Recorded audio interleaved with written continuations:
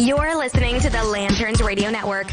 We are the network dedicated to empowering the individual, illuminating the truth, defending American exceptionalism, and inspiring future generations. Stay connected and get involved at lanterns.buzz for great radio. Get commentary and news of the day. Lanterns.buzz. Incoming transmission.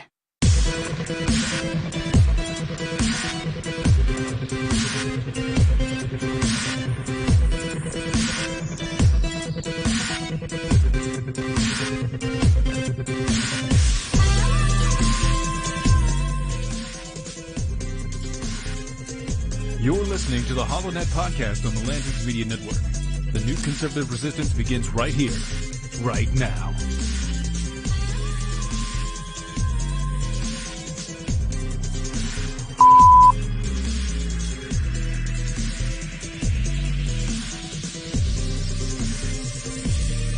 Allied reinforcements have arrived from the west.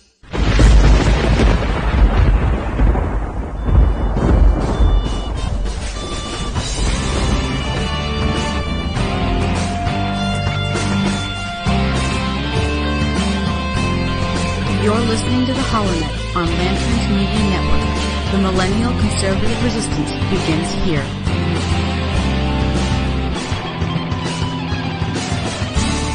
Yes, indeed, ladies and gentlemen, boys and girls, children of all ages, the new conservative resistance does indeed begin right here, right now with you. You're listening to the HollowNet podcast on the Lanterns Media Network. Today, we are taking a look at DACA. That's right, our favorite remnant of 8 years of President Barack Insane Obama is the Deferred Action for Childhood Arrivals executive order. Don't confuse it with an act, because it's not an act of Congress. It is an executive order. And it is an executive order that on Friday, a judge ruled cannot be rescinded by the president. I'll say that again because it bears repeating. A D.C. judge, that's in Washington, D.C., for those not up on your geography. So a Washington, D.C. District Court judge by the name of, where is his bloody name? Judge John Bates for the District of Columbia said the Trump administration did not justify its decision to eliminate the Deferred Action for Childhood Arrivals program known as DACA. Bates said the Department of Homeland Security, which runs the program, failed to, quote, elaborate meaningfully on the agency's primary rationale for its decision and called the policy unlawful and unconstitutional. Funny, that's the exact damn reason that the Department of Homeland Security is seeking to rescind it, because it was unlawful and unconstitutional to begin with. And constitutionally speaking, that is the core function of the executive branch. That is the reason the President of the United States has veto power. I know that might be a jump for some people, but that's actually why the President has the capacity to veto acts of Congress, for example. The veto is not supposed to be used as a policy tool. That actually didn't really start until, 4 or 5 presidents in, and was quite a shock to the system. The veto power should only be utilized when the president feels that a law is unconstitutional, not whether or not he or she agrees with said law. That, my friends, was the beginning of the imperial presidency, when you went from, okay, that law doesn't match our Constitution and the existing laws that we have, to, nah, I don't like it, I'm going to kill it. Well, folks, the district court judge, mind you, district court only, not a circuit court, not an appellate court, not the Supreme Court by any dang stretch of the imagination, has ruled that the Department of Homeland Security cannot rescind DACA at this time. So let's actually go to the ruling, and let's see how slanted this is. Number one, if you're not familiar with this case, this is the National Association for the Advancement of Colored People, NAACP, plaintiffs versus Donald J. Trump et al., and the trustees of Princeton versus the United States of America. Okay, that's where these cases are sitting. If you want to pull this up, it's on cdn.cnn.com is the full text of the ruling. I like this part, okay? For the reasons explained below, the government's motion will be denied. Although the Nielsen memo purports to further explanation for DHS's decision to rescind DACA, it fails to elaborate meaningfully on the agency's primary rationale for its decision, the judgment that the policy was unlawful and unconstitutional, which they don't really need to elaborate why it's unconstitutional, because the president lacks the ability to confer citizenship on somebody or a different citizenship status. That power remains with the Congress. But I digress. Returning to the quote, and while the memo offers several additional, quote, policy grounds for DACA's rescission, most of these simply repackage legal arguments previously made, and hence are, quote, insufficiently independent from the agent's evaluation of DACA's legality to preclude judicial review or to support the agency's decision. Finally, the memo does offer what appears to be one bona fide, albeit logically dubious, policy reason for DACA's rescission, but this reason was articulated nowhere in DHS's prior explanation for its decision, and therefore cannot support that decision now. So, in other words, Judge Bates is saying that DHS cannot rescind an executive order on the order of the President of the United States because they haven't given him a good enough reason. Okay? The concept of the executive order, number one, it's bloody fiat ruling and is completely unconstitutional to begin with. But number two, it precludes a judge at this level from intervening in it. This is a clear overextension of the judicial branch's power and is a clear case of legislating from the bench. Right now, what we are seeing are the two ruling classes of the American government duking it out. And where the real power in the American government lies today in 2018 is not with the House, it's not with the Senate, it is with the judicial and the executive. And right now they are duking it out because the judicial branch, many of them packed in during the Clinton and Obama years, are out and out rebelling on policy grounds against the Trump administration. Now, whether you like the Trump administration or not, it is facile. It is on its face an unconstitutional practice for the President of the United States to, by fiat, confer legal status on illegal immigrants in the United States. This is a power that is enumerated to the Congress. Therefore, it is on its face unconstitutional and bears no additional explanation to a judge who, albeit logically dubious, I'll steal his own words, understanding of the Constitution must exist. I mean, a D.C. District Court judge should have a working understanding of the Constitution of the United States of America. Doesn't that connect? Doesn't that work in your mind? But no. So, apparently we have to walk him through that 1 + 1 = 2, and 2 + 2 = 4. And this is going to be delayed further and ratcheted up to another level in the appeals process. And folks, here is where the magic happens. What you are seeing is a delaying tactic. That is all this amounts to. This entire judgment here, this entire case through the NAACP. By the way, The Hill had some good reporting on this as well. This is all an exercise in delaying strategy. Oh, I stand corrected. Bates was a George W. Bush appointee. Look at that. Earlier this year, Bates, a George W. Bush appointee, became the third federal judge to reject Trump's explanation for ending the program, ruling at a time that the decision by the Justice Department that the program was unlawful was virtually unexplained.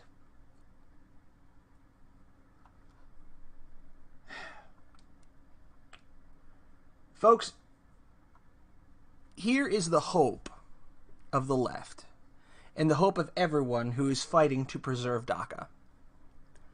They're hoping that in 2018, the mythical blue wave will strike, and that they will be able to achieve some sort of a working majority or functioning representation in Congress, enabling them to pass a true DREAM Act, which will render the DACA executive order moot. Or that they can hold out until 2020 and hope that a Democrat is elected President of the United States who will uphold the provisions of DACA, or that they will simply wear down the opposition. That they will essentially hit us with a denial of service attack. If anybody here is in IT or in the technological world, a dedicated denial of service attack is where you send so much information, so many packets of data at a system that it just breaks because it can't handle the flow of all that information at the same time.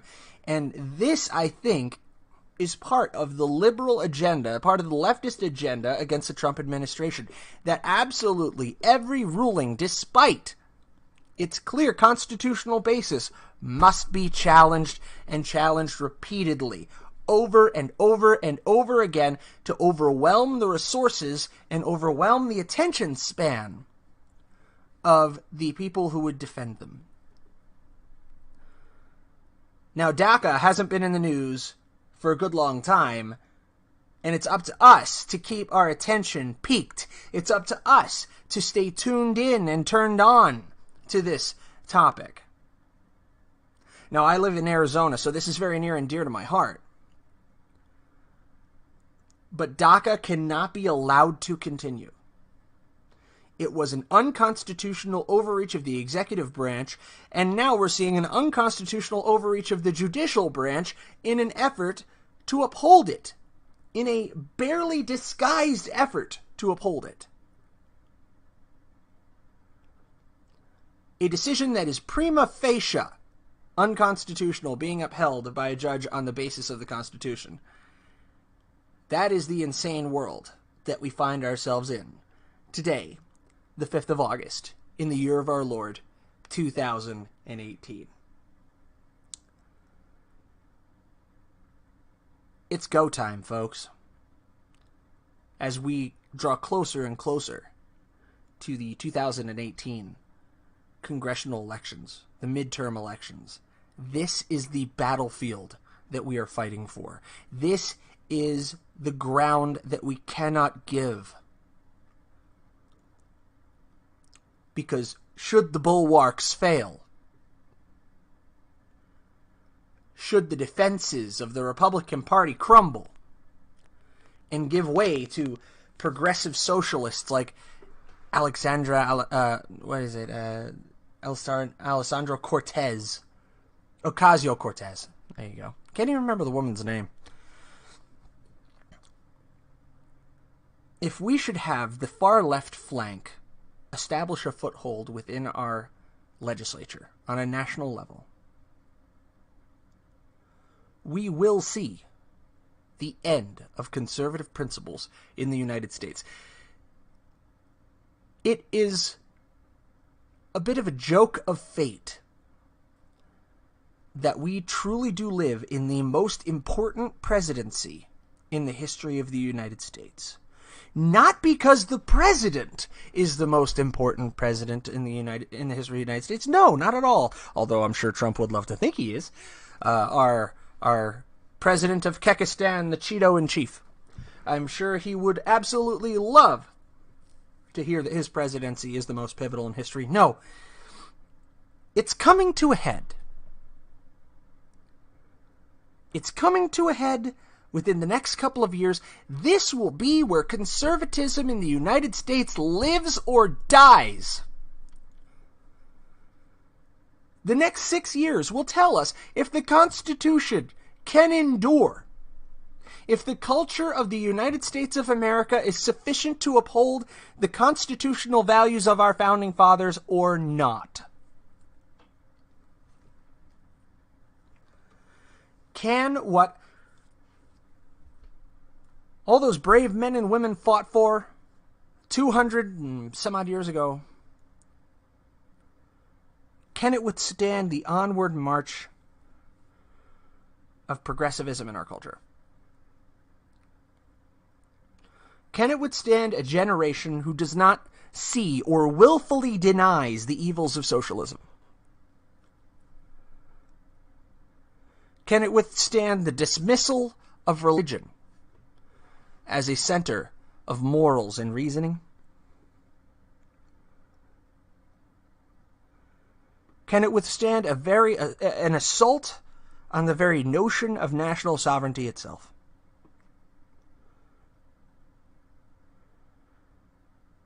Lincoln said, "A house divided against itself cannot stand."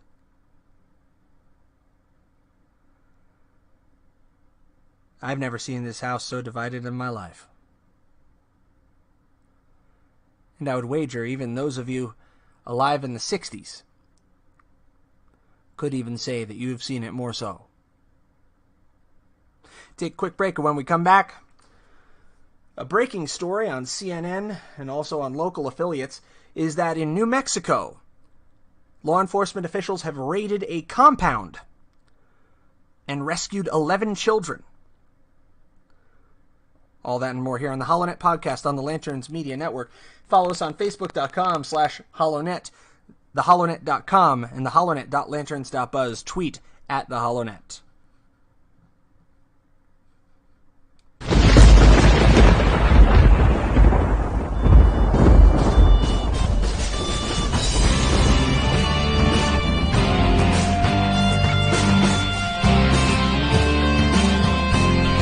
You're listening to the HollowNet on Lanterns Media Network. The millennial conservative resistance begins here.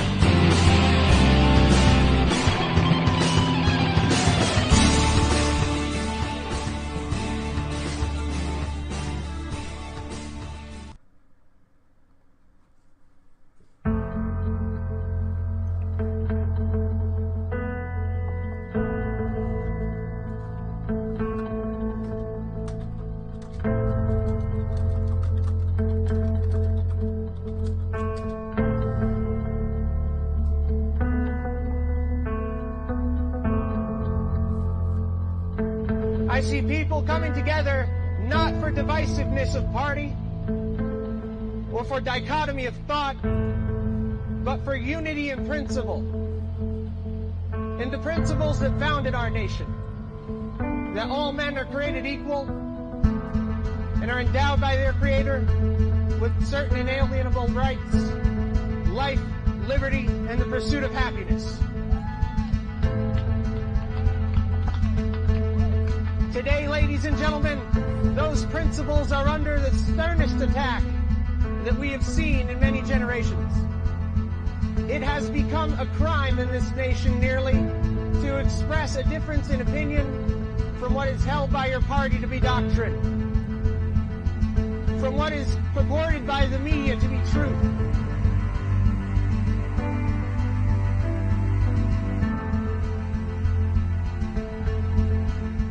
We have an opportunity to reach out to our fellow Americans regardless of their creed and regardless of their political inclinations, and unite as Americans, not as Republicans or as Democrats, as liberals or conservatives, but to unite around the principles that have guided this nation so well.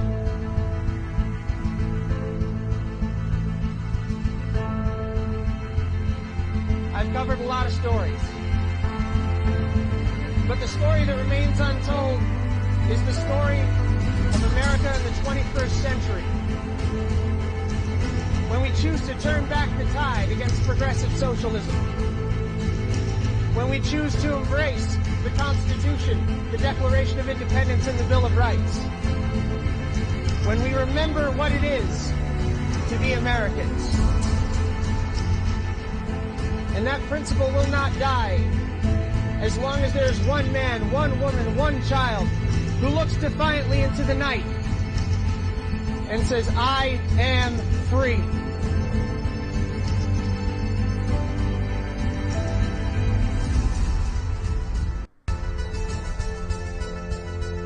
You're listening to the HollowNet podcast on the Lanterns Media Network, The new conservative resistance begins right here, right now.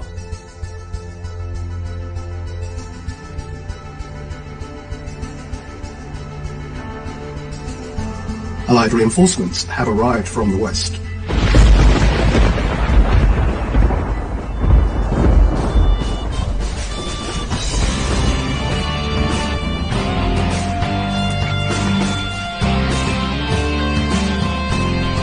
You're listening to the HollowNet on Lanterns Media Network. The millennial conservative resistance begins here.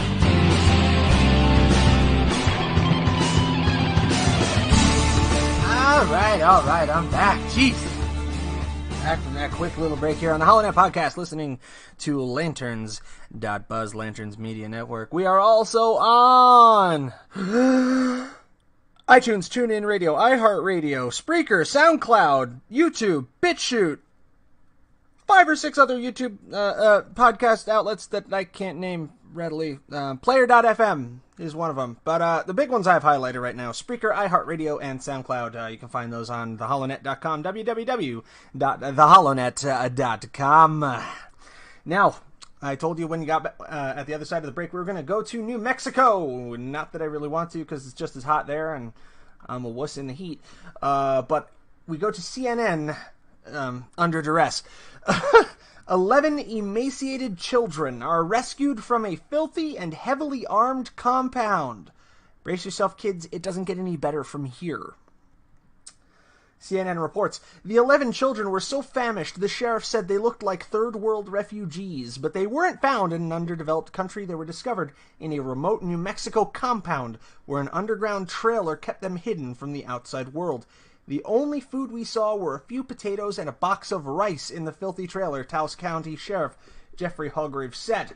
But what was most surprising and heartbreaking was the team located a total of 5 adults and 11 children that looked like third world country refugees, not only with no food or fresh water, but with no shoes, personal hygiene, and basically dirty rags for clothing.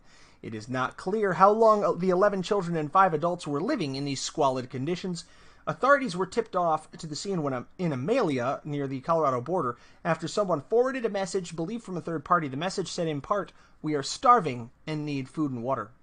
They executed a search warrant Friday and found 11 children ranging from 1 to 15, along with 3 gaunt women believed to be their mothers. The 3 women were taken into custody for questioning and released, and they arrested 2 heavily armed men, Lucas Morton and Siraj Wahaj, on the scene. An AR-15 rifle, loaded 30-round magazines, 4 loaded pistols, and many more rounds of ammo were found in a makeshift compound that includes a small travel trailer buried in the ground, covered by plastic with no water, plumbing, or electricity. Wahaj was wanted for the abduction of his 3-year-old son, Abdul Ghani Wahaj, in Georgia, authorities said. He was booked with no bond because of a warrant out on his missing son. It was not immediately clear whether Morton or Wahaj had attorneys. They have not yet made their first appearance in court. The sheriff said the toddler Wahaji was accused of kidnapping was not one of the 11 children found. CNN has reached out to the woman believing to be the missing child's mother, but has not received a response. So 11 children and 3 women, all highly emaciated, discovered in a compound in New Mexico near the Colorado border. So this bore a little bit more looking from me. I went to KOB4, which is a local affiliate here. David Lynch reports in Albuquerque, New Mexico, documents obtained by KOB indicate that law enforcement in northern New Mexico knew that several adults and children were living at a makeshift compound just a few miles south of the Colorado-New Mexico border. For exactly how long authorities knew about the compound's occupants is unknown, but gunfire could be heard from the property on a regular basis, according to search warrants executed this week. Hargreaves' account of the site describes what appears to be a shooting range along one side. Now,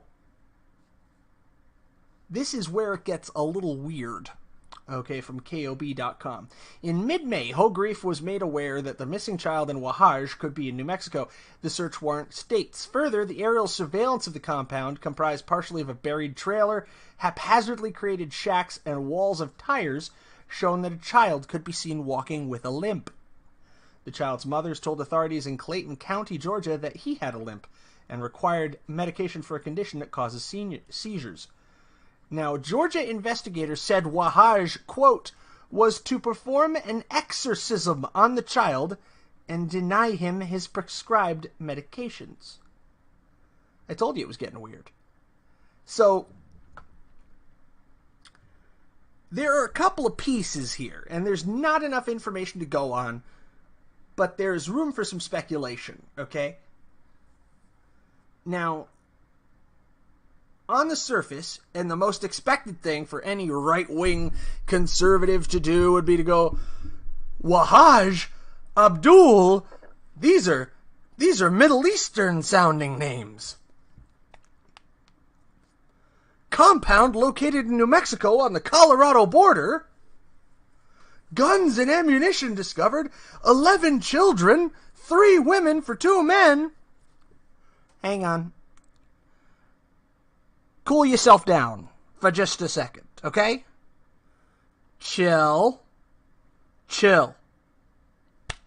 We then hear that the father was to perform an exorcism on the children. So, on the child that's missing, on the toddler. So we start to see kind of things that lead in, like maybe the Islamic extremist direction, and then we see things that lead into kind of the Christian extremist direction. You know, are we dealing with religious fundamentalism here? Or are we just dealing with a couple of psychos? I'm leaning toward the latter right now. I don't want to get on record and push this out as, you know, a Islamic fundamentalist situation or Christian fundamentalist situation or religious fundamentalism at all. But it's starting to bear some of the hallmarks. Now, this is a developing story. So we're going to Lex18.com, Lexington, Kentucky's local news. It gives us a little bit more information, but not much. Okay? It tells us Amalia is located 145 miles northeast of Albuquerque and is in an isolated high desert area near the New Mexico-Colorado border. Now, it says there were no injuries during the search. But the adults and children appeared as if they were refugees with no shoes, personal hygiene, in the saddest living conditions and poverty I have ever seen.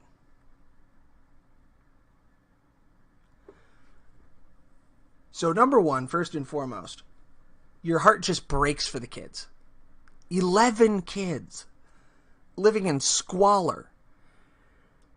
And this is kind of a southwestern thing. You know, we kind of have it happen. I mean, you look at Arizona and you have, you know, the Hilldale, Colorado kind of situation there. The Hilldale, Colorado City, Twin Cities, where you have all the FLDS, Warren Jeffs types up there. And you think like down to Texas, where you had the Yearning for Zion, the YFC, Warren Jeffs Ranch, and you also have, of course, Waco. And I'm sitting here just saying, thank God this didn't go sideways. Thank God this didn't go sour, and we didn't just wind up with another Waco or Ruby Ridge on our hands, because, man, like I said, all the hallmarks are there. The abject poverty, the large count of children, the large stockpile of weapons.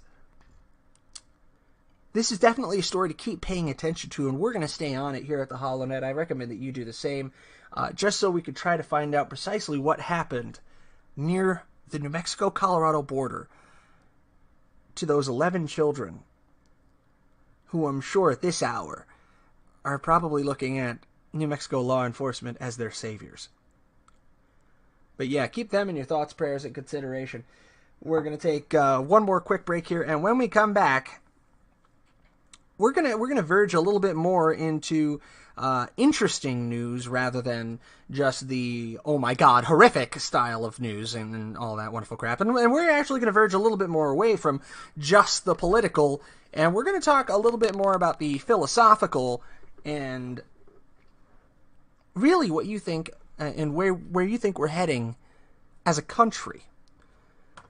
Because, according to reports, the family from Sister Wives is now moving to Flagstaff, Arizona. Yes, coming to a city near me very soon. Sister Wives will be coming here. And in the wake of the Hodges v. Oberfeld decision, the acceptance of gay marriage, now we have people talking about acceptance for pedophiles. We have to ask the question, are we at a point now where we're going to start seeing polygamy become acceptable in mainstream? Is that the direction we're headed? We'll follow up on that little trail coming up next here on the HollowNet podcast on the Lanterns Media Network. Stick around, shan't be long, we'll be right back.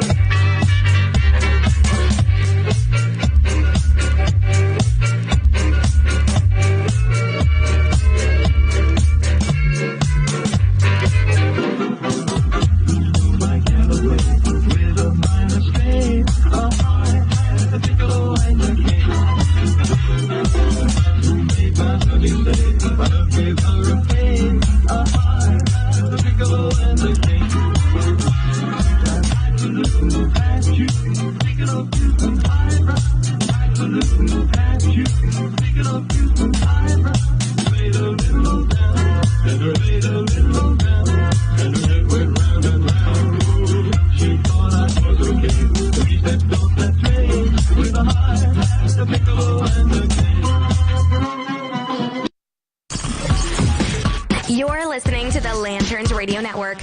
We are the network dedicated to empowering the individual, illuminating the truth, defending American exceptionalism, and inspiring future generations. Stay connected and get involved at lanterns.buzz for great radio. Get commentary and news of the day. Lanterns.buzz. Allied reinforcements have arrived from the west.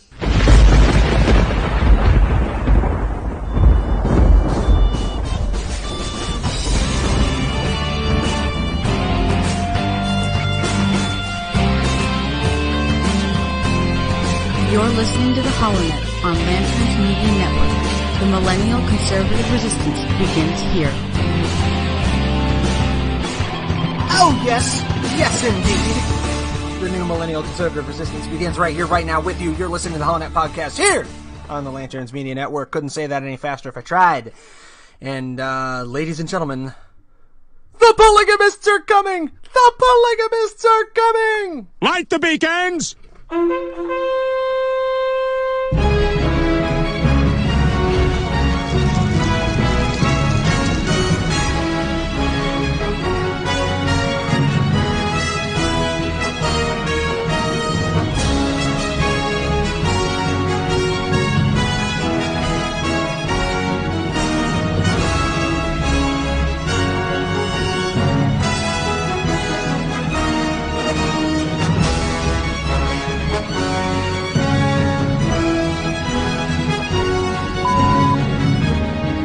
Alright, that's enough. Sorry about that. But hey, it was fun, but I'm probably going to do that again later. I love that clip. Anyway, we got to get to it now. According to the Arizona Republic, azcentral.com, the Arizona Repugnant, as we like to call it, Garrett Mitchell, reports the Sister Wives polygamist family will pack up their 4 homes and move to Flagstaff, Arizona this year, People magazine reported. Cody Brown and his 4 wives and their 18 children currently live in Las Vegas and are the stars of a popular TLC reality show. The family announced their plans this month. Just saying, just a little aside here. Doesn't there seem to maybe be like a what's the word I'm looking for? Circumstantial connection here to our previous story. 11 kids, 2 men, 3 women. And then a polygamist family. Never mind that, it's just stupidity. Get on with it. Yes, get on with it. Oh, God, shut up, jeez. Okay. So Cody, his 4 wives, their 18 children, currently live in Las Vegas, and they're the stars of the popular TLC reality show, and the family announced their plans this month. They say, as much as we've loved making our home and memories in Las Vegas, we're excited to embark on a new adventure in Flagstaff, Arizona, the Brown family said in a statement to People. We're looking forward to cooler temperatures, the mountain air, scenic views, and slower lifestyle of Flagstaff. Though much remains unknown about when and where they'll be living in Flagstaff, the tight-knit plural family is sure to document their move on their TV show. So, there's a nice picture of the whole family there. Cody is married to 3 other women, I believe. Oh, no, 4 women. Did I just say 4 women? Yeah, 4 wives. 18 kids, at least 1 grandkid. We had this talk a couple of shows ago, I feel like it was, where I busted out my favorite I Am Nostradamus clip for everybody accusing me of using too much clips. No, I'm not going to bust it out, but inspired by Razor Fist, who puts on a lot of rather good pieces of content on YouTube. But we really did tell you so, didn't we? We have reached the point where so many of the fears of conservatives, not just fiscal conservatives, but social conservatives, the ones that a lot of us guffawed, poo-pooed, and dismissed 8 years ago, a lot of those fears, a lot of those concerns, I should say, are becoming realized. The left derided us and called us, such horrible human beings. 8 years ago when we said, if we move forward with this gay marriage proposition, what's to stop polygamists from jumping on board? And what's to stop, the Warren Jeffs situation, FLDS thing, from becoming legal? And what's to stop pedophilia and all this, that, and the other thing? And now what's all over the news lately? Pedophiles here and there. I mean, you have a prominent director, James Gunn, being accused of pedophilia due to some tweets that he put out. It's coming mainstream. The slippery slope argument actually bore fruit, damn it, and it's such a logical fallacy. The slippery slope argument. It's a terrible argument. But here we are standing in the shadow of its consequences. How can we stand in the shadow of the consequences of these actions and not admit that there is potentially causal relationship here? Coincidence is not causation. but there's definitely correlation here. And how can we as a nation and as a culture so blithely ignore the obvious that we are in fact looking at the moral decay of the United States? And it does not take very long for a moral decay to turn into decay of a national level. Because our type of government is not designed for an amoral people. Our people must be of great moral fabric and great moral strength in order to maintain a representative republic. Thomas Jefferson, I believe it was, said that only a virtuous people can make our form of government work. Benjamin Franklin, when asked what type of government it was, he said, "It is a republic if you can keep it." But every day it seems we inch closer and closer to that moment outlined in Star Wars. So this is how liberty dies. With thunderous applause. All you need to do is look to the character assassination right now of Judge Kavanaugh. If you read the stories on the left, go ahead and take this sister wife stuff off screen. If you read the stories of the left right now, Judge Kavanaugh is practically the Antichrist. If you read just the Twitter sphere and the blogosphere from the left. You know, the other day, I actually had to get onto Google AdWords, Google AdSense for the HollowNet.com. If you haven't been on my website, yes, I use Google AdSense. It's not terrible, but, I throw some ads on there because I like getting 5 cents a year. Yeah, don't ever try to make a lot of money off that. But I had a big problem on here. Planned Parenthood ads kept populating on my webpage, on the HollowNet.com, despite the fact that I had clearly and definitively marked no abortion ads. No ads from abortion providers, no pro-choice lobbying, anything like that on my page. And what do I open up my page to the other day? Save Planned Parenthood right here in the banner. I had to get on there and I had to strip it out manually. And I sent a complaint to Google. Because you are the consumer. You look at my page and you assume that, anything that's advertised on here, I'm getting paid for, which, by the way, is like 2 cents a year. Did I mention that? I don't get paid anything for these ads. It sucks. But I had to go in here and manually rip out the Planned Parenthood ads. Repeatedly. And they're ads bashing the ever-loving out of Judge Kavanaugh. Painting him as some sort of an authoritarian fascist who is bound and determined to set back women's reproductive rights, which is an absolutely asinine term, because the man believes, as I do, that abortion is murder. And that Roe v. Wade is bad law. By the way, Ruth Bader Ginsburg has a pretty dim opinion of Roe v. Wade, if you care to look that up. She said it was horrible law. And that it probably set back the women's rights movement 25 years. I'm paraphrasing. But if good old RBG, with her doily-style robes, I don't even know what the hell you call that, like the lapels on it look like doilies, don't they? It's kind of weird. It's kind of like, I look at that and I go, doesn't that belong on an end table at my grandma's? But anyway. Even she said it was terrible law. So, the fact that another constitutional judge and a scholar of constitutional law, Brett Kavanaugh, spoke out against and wrote against the decision, this now makes him the proverbial antichrist for the left. Folks, I said it before. The battle is here, and the battle is now, and the battle is for the Congress in 2018. We must hold the Congress, because the progress that the Trump administration is making, whether you like President Trump or not, if you look at what he's doing more and what he's saying less, and this is not being a Trump apologist, this is not saying give him carte blanche to speak whatever asinine garbage pops out of his mouth and into his Twitter feed, because it's not. He tweets like a moron sometimes, and I can't stand it.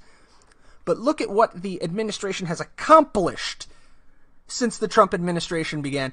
That work must go on. It must continue. The Trump administration must continue to push forward. The GOP in Congress must continue to push forward and must continue to withstand the unrelenting, endless assault being mounted on them in the judiciary, being mounted on them in the court of public opinion, and being mounted upon them in the very halls of Congress itself. If they cannot hold the line in 2018, we will see, at best, a lame duck presidency for the next 2 years, which I only hope we could reverse in 2020. Failing that, we could see the impeachment of the President of the United States on some drummed-up charge, forgive the pun, on trumped-up charges of Russian collusion and collaboration and some sort of fabricated indictment along the lines of the previous memos that were released, which was straight-up DNC Oppo work, I might add. If we lose the ground that we've won so bitterly, the nation is so fiercely emotionally invested, I fear that it will crack our republic wide open. That the fissure has become so wide that we can no longer bridge it. Just today, I was reading a story. I think it came over the email from the Blaze and from Glenn Beck. I can post it in my comments. That there is a bumper sticker that's been going around that you got to be really careful about.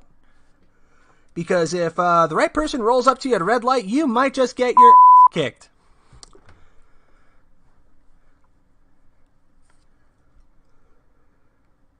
We've gotten there. Where somebody being quote-unquote triggered is now being used as a reasonable justification?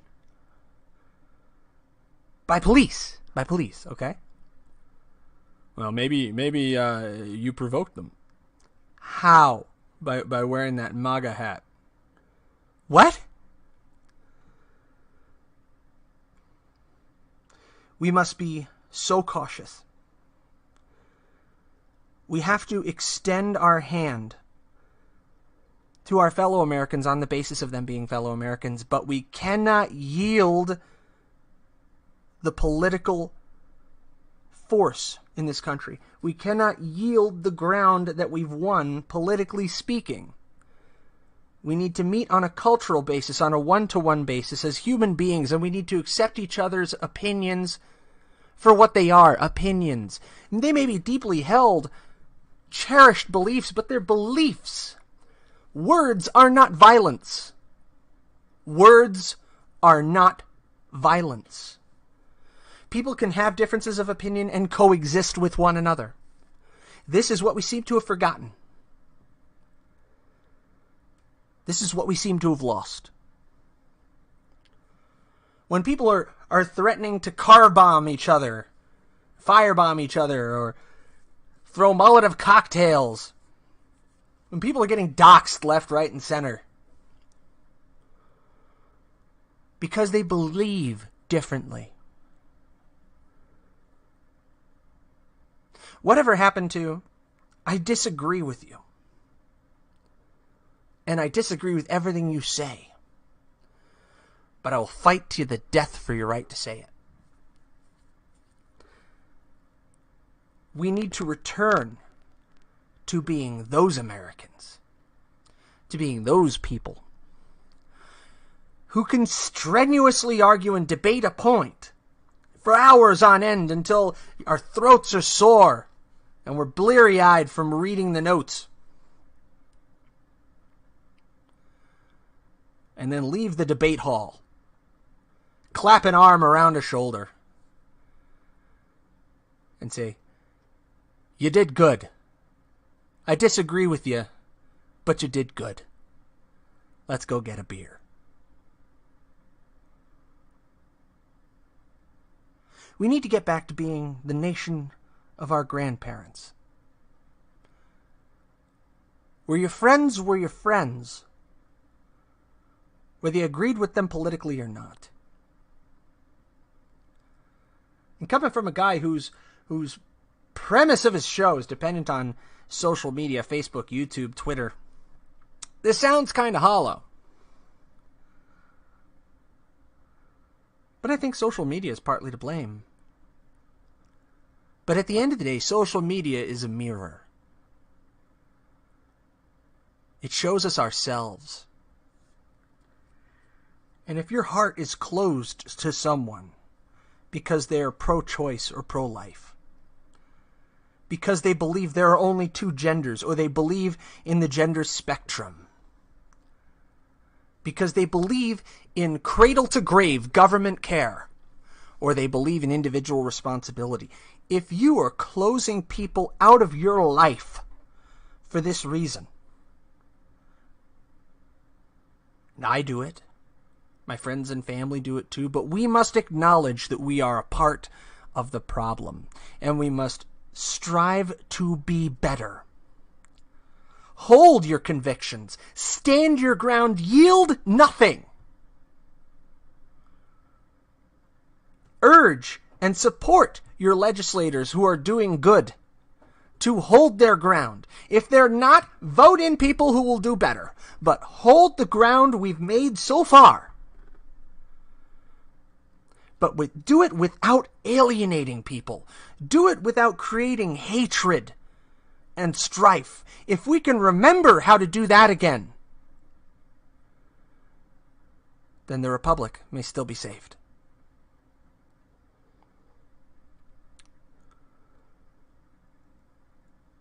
In the Facebook chat, I saw an old friend of mine, Jonathan Dunn, Freedom's Disciple on theblaze.com. If you want to check him out, blaze.com/radio, Freedom's Disciple. He popped in, and he always ends his show, or at least he did. America is great because Americans are good. We need to remember how to get back to good. Think and pray on that this week. I know I will. Thank you for listening to the HollowNet podcast for August 5th, 2018. Good night. God bless you. And from Phoenix, Arizona, God bless America.